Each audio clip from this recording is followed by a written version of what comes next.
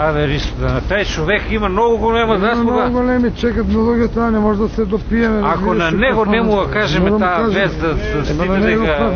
Отиделче питу кули.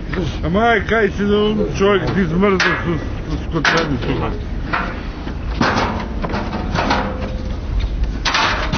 Много се задържате, разбираш. Ладно време, тук кочна ладно време. Айде, сега за почеток да наздравяме. Здраве. Айде, на здравие. Живели, Гоце, сме живи и здрави, разбираш, живели, sad си живи. Айде.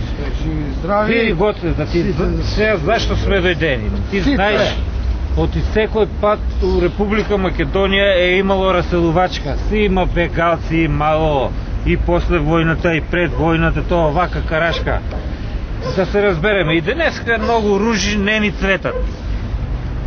Слушай. Не ни цветат. И днеска млади се разселуват от други прекоогенски... Море, блажо разбираш, дай човеко, ќе го фрлеме у депресија човеко, ние заедно сме дојдени, разбираш, кажи му губалата, без кажи моја, разбираш, така.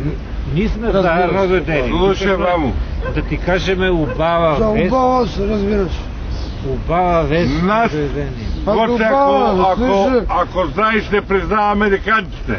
Не признава отдамна русите. Не признава турците, богатците. Кай да е гърци, они сакате, че не признава. Гърците ги не признат и ако не признат. Нашата генерација ќе го понесе на плеки тај вековниот сон што го имаш ти од пред 100 години. Вековниот стремеж на македонецо ќе се остваре. Ние сме тие што ќе направиме сите македонци да живеат у една држава. Тачно. Ние сме тие што ќе направиме. Сите у една држава, сите македонци. Аз предлагам тази държава да ме се тъпи на Австралия. Австралия. Зашо може Канада, та си разбираш Канада и ова исто. Може да я мисля на Австралия, ево топло, зимно време, там топло. Ну добро, Гоце ти да беше... Шо јас. Значи са...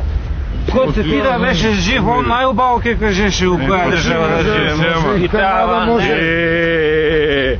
Ама Австралия сега ще е топло. Па може и Америка, може, зашто може, Канада може би също. Денестат Македония се раджа. Айде, Австралия. Много сонце. Абе, визите да ги вземем.